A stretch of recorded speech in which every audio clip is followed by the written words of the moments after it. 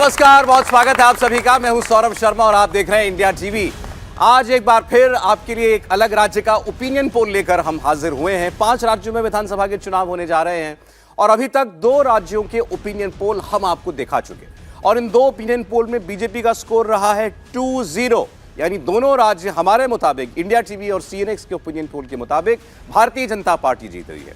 मध्य प्रदेश में कांटे की लड़ाई में जीत रही है लेकिन बीजेपी आगे दिखती है और राजस्थान में लग रहा है कि एक तरफा लड़ाई है जिसमें बीजेपी क्लियर और क्लीन मेजॉरिटी हासिल करती हुई दिखाई दे रही है। और आज हम 2 और राज्यों की बात करेंगे, तेलंगाना और छत्तीसगढ़, दोनों बड़े महत्वपूर्ण राज्य। 2018 याद कीजिएगा, जो 3 राज्य हैं उत्तर भारत और मध्य भारत के, छत्तीसगढ़, राजस्थान, मध्य प्रदेश, तीनों राज्य भारतीय जनता पार्टी हार गई थी, तीनों स्टेट्स कांग्रेस पार्टी जीती थी। तेलंगाना की बात करें, पिछले 2 बार से वहां पर टीआरएस, जिसको अब बीआरएस कहते हैं, वो जीतती आई है। के चंद्रशेखर राव चीफ मिनिस्टर बनते आए हैं। 3 दिसंबर को अब इन 2 राज्यों में भी नतीजे आने जा रहे हैं जिनकी चर्चा हम आज करेंगे। अब 3 दिसंबर को क्या होगा वो तो जब बटन दबेगा और गिनती होगी तब पता चलेगा, लेकिन इसका एक साइंटिफिक अनुमान आज हम आपको दिखाने जा रहे हैं इस ओपिनियन पोल में जो हमने किया। आज हम आप बात करेंगे, एक बार फिर आपको बता दूं, तेलंगाना और छत्तीसगढ़ की। इसमें शुरुआत हम तेलंगाना से करेंगे, लेकिन मैं आपके सामने तेलंगाना के पहले हिस्से के पहले राउंड के जो नतीजे आए ओपिनियन पोल के वो रखूं, उससे पहले आपको अपने मेहमानों से हम मिलवा दें। जोरदार तालियों से जरा स्वागत कीजिए भावेश झा का, सीएनएक्स से, जिन्होंने सर्वे किया। भावेश, बहुत स्वागत है आपका। सज्जन कुमार हमारे साथ हैं, सिफोरोजिस्ट, स्कॉलर। हमारे साथ बहुत अनुभवी पत्रकार हैं राहुल महाजन जी। राहुल जी, बहुत स्वागत है आपका। हर्षवर्धन त्रिपाठी जी, बहुत स्वागत है। हर्षवर्धन जी, आपका भी। और एक बड़े ही senior journalist, scholar, author Kingshuk Nag ji Hyderabad से हमारे साथ जुड़ रहे हैं। किंगसुक जी, बहुत स्वागत है सर आपका भी इंडिया टीवी पर। तो तेलंगाना की बात करते हैं हम। आपने, सब लोगों ने हैदराबाद के बारे में या तो आप गए होंगे या आपने जानकारी आपको जरूर होगी। 4 मीनार को हर कोई जानता है, खासकर वो हैदराबादी बोली, उसको कौन भूल सकता है। इतनी मजेदार तरीके से, इतनी प्यारी बोली जो वहां के लोगों की है। हैदराबाद जिसका गढ़ है वो है तेलंगाना। और इस पॉलिटिकल कैपिटल में आपको याद होगा 2020 में हैदराबाद म्युनिसिपल कॉर्पोरेशन का इलेक्शन हुआ था और बीजेपी ने उस चुनाव को केसीआर वर्सेस बीजेपी बना डाला था। कौन सोच सकता था कि तेलंगाना जैसे राज्य में, हैदराबाद जैसे शहर में बीजेपी का कोई ग्राउंड बनेगा। लेकिन बीजेपी ने वो चुनाव बड़ा अच्छा लड़ा, दूसरे नंबर की पार्टी बन गई। लेकिन 2023 में क्या बीजेपी उसी तरीके से लड़ती हुई दिखाई दे रही है? बीजेपी सरकार बनाने की रेस में है भी या नहीं, या बीजेपी लड़ाई ही नंबर 2 और नंबर 3 की कर रही है? इस पर हम बात करेंगे कि तेलंगाना से कौन सी बड़ी तस्वीर निकलती है। और आपके सामने अब मैं तेलंगाना के पहले नंबर जो हैं वो रखने जा रहा हूं और तेलंगाना का ओपिनियन पोल हम शुरू करेंगे इसी ग्रेटर हैदराबाद के रीजन से। हैदराबाद और उसके आसपास का इलाका जिसमें 28 सीटें हैं और इन 28 सीटों का सर्वे क्या कहता है आपकी स्क्रीन पर नतीजा रख रहे हैं हम अब। इन 28 सीटों में बीआरएस यानी भारत राष्ट्र समिति, केसीआर की पार्टी 13 सीटें जीतती हुई दिखाई देती है। ये 4 सीटों का नुकसान है 2018 की तुलना में। बीजेपी 3 सीटें जीत रही है, इसे 2 सीटों का फायदा हो रहा है, यानी ये 1 से बढ़कर 3 पर आ रही है। कांग्रेस पार्टी को 5 सीटें मिलती हुई दिखाई देती हैं ग्रेटर हैदराबाद में, 2 सीटों का फायदा है। मतलब पहले कांग्रेस की 3 सीटें थी, अब वो 5 पर आ रही है। और एआईएमआईएम इस पूरे इलाके में 7 सीटें जीत सकती है। असदुद्दीन ओवैसी की पार्टी, जिनका इसी ग्रेटर हैदराबाद के इलाके में काफी दमखम दिखता है, बहुत दखल है उनका एक आधार है और वो 7 सीटें जीत रहे हैं। लेकिन ये उतनी हैं जितनी पिछली बार थी। तो इस रीजन में ओवैसी साहब कोई बड़ा, पिछली बार से बड़ा स्कोर नहीं करने जा रहे, लेकिन कोई नुकसान भी उनको नहीं हो रहा है। तो मैंने आपके सामने ग्रेटर हैदराबाद के नतीजे रखे। 28 सीटें हैं ग्रेटर हैदराबाद में। हैदराबाद रीजन, हैदराबाद के अलावा सिकंदराबाद, मलकाजगिरी और चेवल्ला, ये डिस्ट्रिक्ट्स और ये लोकसभा सीटें वो आती हैं। तो हैदराबाद की 28 सीटों में बीआरएस नंबर 1 थोड़े नुकसान के साथ, एआईएमआईएम नंबर 2 पार्टी है, कांग्रेस नंबर 3 पार्टी है और भारतीय जनता पार्टी नंबर 4 की पार्टी है। हम चर्चा शुरू करते हैं। सबसे पहले यही सवाल, केसीआर नंबर 1 दिखाई दे रहे हैं इस रीजन में, क्या ये ट्रेंड आगे रीजन्स में दिखाई देगा या कोई चैलेंजर बनकर उभरता हुआ दिखाई देगा बीजेपी या कांग्रेस में से कोई? ये हम जैसे जैसे ओपिनियन पोल आगे बढ़ाएंगे आपको पता चलेगा। लेकिन भारतीय जनता पार्टी के लिहाज से ये चुनाव कैसा रहा? क्या बीजेपी ने ये चुनाव उतने ही दमखम के साथ लड़ा। एक वक्त लगता था कि केसीआर को कोई चुनौती देने वाला अगर दो इलेक्शन के बाद कोई पार्टी खड़ी हुई दिखाई दे रही है तो वो भारतीय जनता पार्टी है। लेकिन अब इसी साल में आप देखिए तो लगता है कहीं ना कहीं वो नैरेटिव का स्पेस छीन लिया कांग्रेस पार्टी ने भाजपा से। क्या आपको इस पहले दौर के नतीजों में ओपिनियन पोल के वो रिफ्लेक्ट होता हुआ दिखाई देता है? शुरुआत में हर्षवर्धन जी से करना चाहता हूं।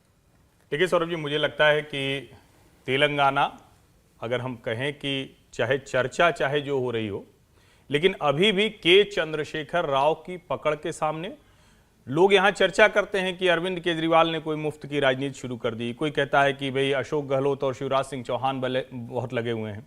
लेकिन जिस तरह से एक एक मतदाता वर्ग के लिए जिसको हम कहते हैं पॉपुलिस्ट पॉलिसी को वोट में कन्वर्ट करना, वो बड़े अच्छे से के चंद्रशेखर राव ने किया। दूसरा एक बड़ा काम किया, भारतीय जनता पार्टी एआईएमआईएम के साथ होने की वजह से उन पर बहुत हमलावर रहती थी, उसका नुकसान भी उन्होंने झेला। जो ग्रेटर हैदराबाद म्युनिसिपल कॉर्पोरेशन का चुनाव हुआ, एक उपचुनाव में ऐसा हुआ, उसके बाद के चंद्रशेखर राव ने उसको बहुत अच्छे से समझ लिया। बहुत बड़ा मंदिर उन्होंने बनवाया है। अभी वो लगातार देश के दूसरे हिस्सों में भी ये बताने की कोशिश करते हैं कि उनकी सरकार कैसे उसी तरह से काम कर रही है और ये एजेंडा उनके खिलाफ नहीं चल सकता कि वो हिंदू विरोधी हैं। कांग्रेस पार्टी ने इसके बीच में अपनी जगह बनाने की कोशिश की। एक संजय गांधी जो आक्रामक अध्यक्ष थे, उनको हटाकर जब जी किशन रेड्डी को बनाया। जी किशन रेड्डी भी बड़े नेता हैं, मंत्री हैं, सब ठीक है, लेकिन जी किशन रेड्डी की वो वाली छवि नहीं। जो केसीआर की पार्टी से आए हुए लोग थे वो शायद बांदी के साथ असहज थे। लेकिन कुल मिलाकर आज की जो स्थिति है, जो इस आपके सर्वे में पहले रीजन से रिफ्लेक्ट करती है, मुझे लगता है कि शायद जब अंत में परिणाम आएंगे तो भी लगभग उसी तरफ स्थिति होगी। केसीआर आज भी सबसे बड़े नेता हैं, कांग्रेस और भारतीय जनता पार्टी नंबर 2 के लिए लड़ रहे हैं। और अगर अभी इस पहले रीजन में देखें तो केसीआर लीड के साथ दिखाई देते हैं, कांग्रेस पार्टी हमें दिखाई देती है नंबर 2 पर। मैं एआईएमआईएम की बात अभी एक लम्हे के लिए इसलिए यहां पे छोड़ दे रहा हूं क्योंकि एआईएमआईएम का हम सब जानते हैं कि यही गढ़ है, और इसके अलावा बाकी तेलंगाना के अंदर शायद आपको ऐसे नंबर्स नहीं दिखाई देंगे ओवैसी साहब की पार्टी के लिए। मैं आपके सामने नंबर रख रहा हूं थोड़ी देर के अंदर। तो आप ये कहते हैं कि भारतीय जनता पार्टी ने अपनी स्पेस कांग्रेस को दी या कांग्रेस ने ली? नहीं, निश्चित तौर पर इसको हम कहेंगे कि भारतीय जनता पार्टी ने स्पेस दे दी। मैं आपको घटनाक्रम याद दिलाता हूं, जिस तरह से ग्रेटर हैदराबाद म्युनिसिपल कॉर्पोरेशन में अमित शाह से लेकर जेपी नड्डा से लेकर और ढेर सारे केंद्रीय मंत्री टूट पड़े थे।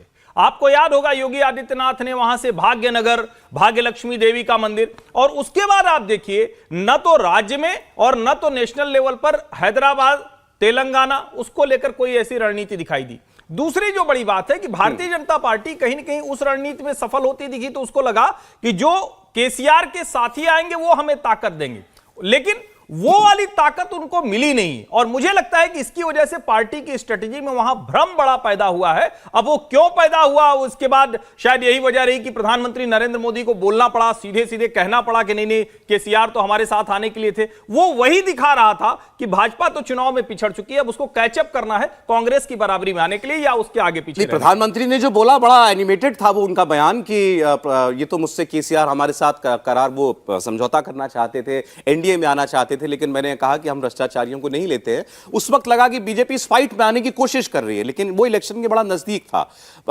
भावेश, जब भी अब हम तेलंगाना की बात करें, 2014 में राज्य बना और पहला चुनाव हुआ, उससे पहले केसीआर उसके लिए एजिटेशन कर रहे थे, वो आंदोलन कर रहे थे अलग राज्य के लिए। इस राज्य के लिए एक फादर फिगर की तरह है केसीआर। आज 2 चुनाव जीत जाने के बाद जब वो तीसरे चुनाव में जा रहे हैं, क्या अंतर आया है केसीआर की छवि में इन पिछले 10 वर्षों के अंदर? देखिए, वहाँ आप जो बीआरएस की पॉलिटिक्स देखें, जैसे अभी हर्षवर्धन जी ने कहा, वहाँ पे एक फ्रीवीज पॉलिटिक्स को एक पूरे इंडिया में यदि कहें कि सबसे ज़्यादा बड़े लेवल पे स्टार्ट यदि केसीआर जो हुआ तो फ्री वाली पॉलिटिक्स, फ्रीवीज, यस। जैसे कि आप दलित बंधु प्रोग्राम है, इसमें 10 लाख रुपीस देने की बात है। हालांकि वो उस प्रोग्राम को लेकर कई सारे डिस्कशन हो रहे कि वो फेल प्रोग्राम है, बहुत सारी उसको लेकर प्रोटेस्ट भी हो रही। खैर, जो उससे कुछ ना कुछ फ़ायदा तो ज़रूरी हुआ है। पर पर्टिकुलरली आप इस रीजन की बात करें, हैदराबाद रीजन की बात करें, हैदराबाद रीजन में एक 8 सीट है जो एमआईएम जीतती है, 8 सीट पे लड़ती है और 7 जीतती है उसमें उनका। इससे ज़्यादा कहीं वो तेलंगाना में कहीं चुनाव लड़ती भी नहीं है एमआईएम, सिर्फ 8 सीटों पे चुनाव लड़ती है। बाकी चीज़ों पे देखिए, बीजेपी एक अच्छा फाइट 2018 में भी दी थी, इस बार भी कोशिश थी कि बीजेपी अच्छा करेगी। जो म्यूनसिपल कॉर्पोरेशन का चुनाव था तो उसमें बीजेपी अच्छा की थी। उसके बाद लगातार बीजेपी वहाँ पे बहुत ज़्यादा अटैक कर रही थी केसीआर को, और वो एक कहीं ना कहीं दिख रहा था बीजेपी अच्छी कर रही थी। लेकिन धीरे धीरे कर्नाटक के चुनाव के बाद जैसे बीजेपी का डाउनफॉल हुआ और कांग्रेस वहां पे कांग्रेस वहां दो फ्रंट पे एक्चुअली चुनाव लड़े। एक तो कांग्रेस को जो केसीआर का 48% वोट है, 47% वोट है जो उनको 2018 में मिली थी, उनको उसको कम करना है। और दूसरा उनको ये भी देखना था कि बीजेपी ना बढ़े, बीजेपी लगातार वहां बढ़ती जा रही थी। फिलहाल कांग्रेस ने वहां पे ये किया है कि चूंकि देखिए कर्नाटक तेलंगाना का आप यदि सोशल बैकग्राउंड देखेंगे, पूरे तेलंगाना में 13% मुस्लिम वोट है, लेकिन आप अर्बन तेलंगाना को देखेंगे तो वहां पे 25% मुस्लिम वोट है। जब प्राइम मिनिस्टर ने ये बात कही कि केसीआर एनडीए में आना चाहते थे, उसका कहीं ना कहीं एक नेगेटिव सेंटीमेंट केसीआर के विरुद्ध पड़ा है, और वो जो एक अल्पसंख्यक वोट है वो कहीं ना कहीं बीजेपी की तरफ ज्यादा अट्रैक्ट हो रहा है। प्रधानमंत्री के कैंपेन का आप कह रहे हैं फायदा कांग्रेस को होगा, कांग्रेस को उसका फायदा हो रहा है, जिसके वजह से देखिए कि 2-3 सीटें तो अभी जीतती हुई दिख रही है इस रीजन में, लेकिन आने वाले में देखेंगे हो सकता है कांग्रेस थोड़ा और बेहतर पोजीशन में इस रीजन, वो अगले रीजन पर हम आते हैं तब हम देखेंगे। आपने क्योंकि बात की कि तेलंगाना में फ्री बी पॉलिटिक्स बहुत चलती है, तो मैं आपको बताता हूं केसीआर साहब क्या क्या देते हैं अपने राज्य को सरकार के माध्यम से और क्या क्या देने का वादा कर रहे हैं। जो नई स्कीम्स वो कह रहे हैं हम लाएंगे, उसमें 5 लाख रुपए का कवर जो 93 लाख लोगों को मिलेगा। इसके अलावा केसीआर आरोग्य रक्षा ये किस्म की हेल्थ स्कीम होगी, 15 लाख रुपए इसमें सबको मिलेगा। 400 रुपए का सिलेंडर सबको मिलेगा। 3000 रुपए जो है सौभाग्य लक्ष्मी स्कीम के तहत हर महिला को देने की बात की जा रही है। इसके अलावा बीपीएल फैमिलीज के लिए अन्नपूर्णा स्कीम है, अनाथ बच्चों के लिए अलग स्कीम है। इसके अलावा 1 लाख रुपए और 2 BHK यूनिट्स हैदराबाद में दिए जाएंगे, उसकी एक स्कीम निकाली गई है। इसके अलावा जैसे प्रधानमंत्री किसान सम्मान निधि है जिसमें 6000 रुपया दिया जाता है किसानों को साल का, वो ऑलरेडी 10,000 रुपया दे रहे हैं वहां पर। तो मतलब सेंटर का तो अलग है, जो है वो अपनी तरफ से 10,000 रुपया देते हैं किसानों को साल में, और उसको बढ़ा करके 16,000 रुपया वो करने वाले हैं। तो ये उनकी वो स्कीम्स हैं जो बड़ी पॉपुलर स्कीम्स हैं, और इसीलिए माना जाता है कि केसीआर को हिला पाना वहां पर बहुत मुश्किल काम होगा। कोई भी पार्टी उनको चुनौती देती है, कांग्रेस या भारतीय जनता पार्टी। राहुल जी ने तो वो, मैं कहूं आपने जो वो एजिटेशन कॉल जो चल रहा था तेलंगाना का, उस फेस से अगर आप रिकॉल करें आज तेलंगाना के लिए केसीआर के मायने क्या हैं और क्या वो आज इन 8-10 वर्षों में कुछ बदला है? देखिए 2009 में जो एजिटेशन हुआ उसमें साफ है कि केसीआर ने अपने आप को इस तरह से वहां पर जमा लिया कि वही जो हैं उन्होंने ही तेलंगाना बनाया है और उन्हीं के कारण तेलंगाना बना है, जिसका फायदा उनको 2 पिछले चुनावों में हुआ है। ये कोई डिनाई नहीं कर सकता कि उनके प्रति सेंटिमेंट है और उनके प्रति लोगों का रुझान है। लेकिन 2 टर्म उनके हुए हैं। 2 टर्म के बाद अगर हम पिछले कुछ चुनावों को देखें, अगर हम लोकसभा चुनावों को देखें तो बीजेपी ने बढ़त हासिल 4 उनको सीटें मिली 2019 में। उसके बाद अगर हम देखें बाई इलेक्शंस देखें तो बीजेपी ने अच्छा किया बाई इलेक्शंस में, और उससे आगे अगर हम जाएं तो हम, जैसे कि मेरे सहयोगी भी बोल रहे थे कि जो ग्रेटर हैदराबाद का इलाका है उसमें जितने भी म्यूनसिपल इलेक्शन हुए या बाकी हुए उसमें भी बीजेपी ने अच्छा किया। लेकिन बीजेपी का प्लॉट तब चला गया जब बंदी संजय कुमार और इटाला राजेंद्र जो है तेलंगाना मतलब केसीआर की पार्टी से आए थे, और उनके बीच में लड़ाई शुरू हो गई। अच्छा। वो झगड़ा इतना बढ़ गया कि, और जो बाकी भी बाहर की पार्टियों से बीजेपी में आए थे, वो झगड़ा इतना बढ़ गया कि वहां पे उनको अध्यक्ष बदलना पड़ा बीजेपी को, और वो प्लॉट जो है बीजेपी का पूरी तरह से ध्वस्त हो गया। अब बीजेपी का जो स्ट्रैटेजी लगती है वो बड़ी अजीब स्ट्रैटेजी है। वो ये स्ट्रैटेजी है कि हम जो है हैदराबाद, ग्रेटर हैदराबाद की आसपास की सीटों पर जो है पूरी तरह से कॉन्सेंट्रेट करेंगे, लेकिन हमारी स्ट्रैटेजी ये है कि अगर हम नहीं बनेंगे तो हम कांग्रेस को भी नहीं बनने देंगे। तो ये अजीब सी स्ट्रैटेजी लेके बीजेपी जो है वो तेलंगाना के चुनावों में, मतलब बीजेपी चाहेगी कि हर सूरत में हम बेहतर नहीं कर पा रहे हैं तो केसीआर मुख्यमंत्री बने रहे, कांग्रेस की सरकार नहीं आनी चाहिए। बिल्कुल ऐसा ही स्ट्रैटेजी उनकी दिखाई देती है। चलिए ठीक है। अच्छा, मैं अगला रीजन जो है आपके सामने रख रहा हूं, उसके बाद बातचीत और हम लोग आगे बढ़ाएंगे। अब हम बात करते हैं, हमने ग्रेटर हैदराबाद की बात की है, अब हम आपके सामने लोअर तेलंगाना की 42 सीटें हैं, ये भी रखने जा रहे हैं। बड़ा राज्य है, बड़ा क्षेत्र है, 42 सीटें लोअर तेलंगाना। यहां जहीराबाद, इसके अलावा नालगोंडा, नगर कुरनूल, महबूब नगर, ये जिले सब आते हैं इसके अंदर। 42 सीट्स, 42 सीटों वाला ये क्षेत्र है। यहां पर आप देखिए बीआरएस जो है वो लोअर तेलंगाना की 42 सीटों में से 30 सीटें जीतती हुई दिखाई दे रही है। लायंस शेयर मतलब आप समझिए 42 में से 30 सीटें अकेली बीआरएस को मिलती हुई दिखाई दे रही हैं और ये 6 सीटें कम है, पिछली बार 36 सीटें थी। इसके अलावा बीजेपी की बात करें, इस रीजन में बीजेपी का खाता भी नहीं खुल रहा है। इतना बड़ा इलाका 42 सीटों वाला बीजेपी, लेकिन यहां पर बिल्कुल परफॉर्म करती हुई दिखाई नहीं दे रही, जबकि कांग्रेस पार्टी का ग्राफ यहां ऊंचा जाता हुआ दिखाई दे रहा है। 6 सीटें 2018 से ज्यादा उसे मिल रही हैं, टोटल 12 सीटें कांग्रेस पार्टी को मिलती हुई दिखाई देती हैं। एआईएमआईएम का यहां पर कोई दखल नहीं दिखाई दे रहा, अदर्स का कोई दखल नहीं दिखाई दे रहा। तो ये फाइट सीधी यहां पर बीआरएस बनाम कांग्रेस पार्टी की है, जिसमें बीआरएस 6 सीटें खोती है और वो 6 की 6 सीटें कांग्रेस पार्टी की तरफ ऐड हो जाती हैं। अब टैली जो है उस पर नजर डालिएगा, ये टैली अपडेट होगी। 28 सीटें मैंने आपको ग्रेटर हैदराबाद की बताई थी, अब इसमें लोअर तेलंगाना की भी सीटें जुड़ जाएंगी 42, तो 70 सीटों का ट्रेंड आपके सामने। 119 में से जिसमें 43 पर आपको बीआरएस यानी केसीआर की पार्टी दिखाई दे रही है, कांग्रेस 17 पर, नंबर 2 पर, बीजेपी सिर्फ 3 सीटें जीतती हुई दिखाई देती है हमें 119 में से 70 सीटों के सर्वे के बाद। एआईएमआईएम 7, चौथे नंबर की पार्टी बीजेपी क्या बनेगी तेलंगाना में, अभी तक ऐसे ही आसार हमें दिखाई दे रहे हैं। लेकिन फाइट बीआरएस और कांग्रेस के बीच में, लेकिन बीआरएस काफी आगे दिखाई दे रही है। क्या कांग्रेस ये गैप फिल कर सकती है जिस चैलेंजर की हम लोग बात लगातार कर रहे थे? क्या कांग्रेस पार्टी उस भूमिका में मजबूती के साथ हमें खड़ी दिखाई देगी? किंगशुक नाग साहब के पास जाना चाहते हैं, कोशिश हो रही थी उनसे संपर्क करने की। सर, मेरी आवाज मिल रही है आपको? हाँ, मिल रही है। नमस्कार सर। देखिए सर, हम अभी तक पोल बता रहा है 70 सीटें हमने दिखाई हैं ओपिनियन पोल की, बीआरएस 43, कांग्रेस 17। क्या केसीआर का सिक्का तीसरी बार भी चलेगा? वैसे ही लग रहा है, क्योंकि कांग्रेस पे लोगों का इतनी बिलीफ नहीं है, तो पीपल जो परेशान भी है केसीआर के से, वो सोचे तो किसको वोट दे। लोग जब रूलिंग पार्टी को वोट नहीं देना चाहते तो अपोजिशन को वोट देना चाहते हैं, पर यहाँ अपोजिशन बीजेपी तो है नहीं, क्योंकि बीजेपी तो नॉर्थ इंडियन पार्टी है, इनका तो कोई जोर ही नहीं है साउथ इंडिया में, तो they are force to vote for Congress. इसका ग्राफ ऑन इट्स ओन ज्यादा नहीं है, तो थोड़ा डिवीजन हो जाता है वोट, तो टीआरएस वाले को काफी लोग को वोट देंगे फिर से और कांग्रेस को कुछ वोट मिलेंगे। इसलिए लगता है कि टीआरएस ही आगे रहेगी, उसके पीछे कांग्रेस रहेगा और बीजेपी उससे बहुत ही कम पीछे रहेगा। हालांकि बीजेपी नेशनल पार्टी है, पर साउथ इंडिया में कोई जोर नहीं है बीजेपी का। ये बहुत दुख की बात है, क्योंकि BJP is all India party, technically all India party है, ruling from Delhi, but it does not have any strength in south India. तो ये एक सोचने वाली बात है। तो अगर आप अपोजिशन को वोट भी देना चाहते हो तो किसको देंगे? कांग्रेस को ही देना पड़ेगा। और उसी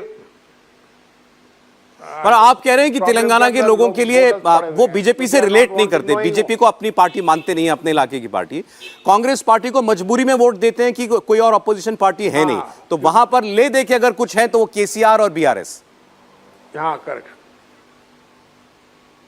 yes yes yes yes. But sir, Congress party ने तो इस बार बहुत जोर लगाया और बड़ी शानदार रैलियां हुई, बड़ी बड़ी रैलियां हुई। सोनिया गांधी भी गई, उन्होंने बड़ी इमोशनल अपील की कि मेरी दिल की ख्वाहिश है कि यहाँ कांग्रेस की सरकार बने। हम थे केंद्र में जब तेलंगाना राज्य का गठन हुआ था, और राहुल गांधी बड़े एक्साइटेड हैं, उनको वो तो कह रहे हैं, डिक्लेयर कर चुके हैं कि तेलंगाना हम जीत रहे हैं। वो तो कुछ भी कह सकते हैं, परंतु वो क्योंकि उनकी इमेज इतनी अच्छी नहीं है ना, कांग्रेस पार्टी की इमेज इतनी अच्छी नहीं है। कांग्रेस पार्टी तो एक जमाने में तो as you know it was the ruling party of the country, परंतु वो तो पीछे गिरती गई है। और जब तेलंगाना बना भी था वो टीआरएस के साथ थे, फिर टीआरएस उनसे आगे निकल गई।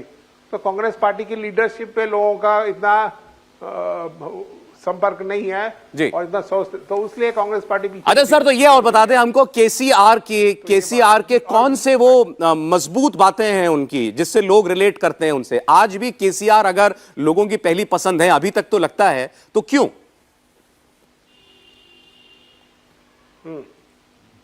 लोगों की पहली पसंद इसलिए है कि वो एक फर्स्ट लीडर थे जो लोकल बातों को लेकर चले थे, और स्टेट बना था तो उन्होंने उसका क्रेडिट भी ले लिया था। परंतु जरूरी, पर वो तो 10 साल पहले स्टेट बना था ना, 10 साल में क्या क्या किया उन्होंने, इसमें लोगों को लगता है प्रॉब्लम है, बिकॉज ऑपोजिशन पार्टीज आने लग जाती है ना, तो ये बात है। जी सर। तो उसमें लगता नहीं कि टीआरएस पार्टी बहुत आगे चलेगी, परंतु कोई पार्टी नहीं है तो लोग टीआरएस को ही वोट देंगे। पर आपकी बातों से लगता है कि विकल्प नहीं है वहां पर केसीआर का। ठीक है सर, देखिए सवाल हमारे इस सर्वे में भी था कि आखिर आपके मुख्यमंत्री का काम आपको कैसा लगा, और वहां तो पिछले 9 साल से मुख्यमंत्री हैं केसीआर, तो केसीआर साहब का कामकाज कैसा लगा लोगों को, इसका सर्वे में क्या जवाब आया वो आपको हम दिखाते हैं। 45% लोगों ने कहा शानदार काम है। शानदार काम कहने वाले 45% लोग हैं। 15% लोगों ने कहा औसत एवरेज काम किया केसीआर ने 9-10 वर्षों के अंदर। 40% लोग कहते हैं खराब काम है। तो आप देखिए अगर 45 और 15 को जोड़ लें, जो बहुत अच्छा मानते हैं या औसत जो मानते हैं, तो ये 60% है। 60% लोग अगर आपके काम से खुश हैं या ऐसे कह लें नाराज नहीं है कम से कम, तो जाहिर बात है कि फिर किसी भी मुख्यमंत्री के लिए बहुत बड़ा नंबर है ये। अब जो बातें किंगसुक नाग साहब ने कही वो बड़ी इंटरेस्टिंग है, हमें उस पर बात करनी चाहिए। यहाँ दिल्ली में हम लोग बार बार चर्चा करते हैं कांग्रेस अच्छा करेगी, बीजेपी कैसा करेगी, वो कह रहे हैं कांग्रेस मजबूरी है और बीजेपी तो है ही नहीं। मैं ये भी बताना चाहता हूं कि आखिर केसीआर के खिलाफ क्या है, ये बात भी हमें समझ। बिल्कुल। केसीआर के खिलाफ ये है कि वो लोगों से मिलते ही नहीं है। केसीआर लोगों से बिल्कुल नहीं मिलते हैं। दूसरा उनके खिलाफ है परिवारवाद, तीसरा है करप्शन। ये सारे इशू हैं जो कि उनकी पार्टी सरकार कैसे चलाते हैं अगर मिलते ही नहीं लोगों से, दफ्तर जाते हैं? अब ये जो भी है वो मिलते नहीं है। ये उनके बारे में बता रहे थे कि ये तो सेक्रेटेरिएट भी नहीं जाते। सब लोगों का ये जो है कि वो आम लोगों से नहीं मिलते हैं, ये उनके खिलाफ जो है बात जाती है। दूसरी बात जाती है वो परिवार के लोगों को पार्टी में टिकट देना, परिवार की पार्टी, बेटे मंत्री हैं केटीआर, ये सब, बेटी सांसद है। 2-3 बातें हैं जो उनके खिलाफ जाती हैं। अदरवाइज अगर हम, जैसा कि हमने इस में बात की कि वो बहुत सारी लोगों के लिए स्कीम्स लाते हैं, वो पिछली जातियों के लिए बहुत सारी स्कीम्स हैं, अल्पसंख्यकों के लिए बहुत सारी स्कीम्स हैं, तो उसके कारण उनके जो लोग हैं उनसे खुश हैं। नहीं सर, मेरे लिए जो किंगसुक नाग साहब ने कहा, जो बातें वो बता रहे हैं, और क्या वो अगर हमें आगे सर्वे में वो रिफ्लेक्ट होती हैं, सच होती हैं, तो फिर तो हमें भी सोचना पड़ेगा कि ये बड़ी बड़ी रैलियां जो होती हैं, कांग्रेस पार्टी की बहुत शानदार रैलियां हुई, बीजेपी भी वहां सभा करती है तो बहुत भीड़ आती है, तो ये भीड़ केवल क्या बस सुनने के लिए नेता को कभी आ जाती है बस, उसके अलावा और कुछ नहीं, या भीड़ इकट्ठा करना अब कोई बड़ा काम रह नहीं गया है। तो इस पर हम लोग आगे बात करेंगे।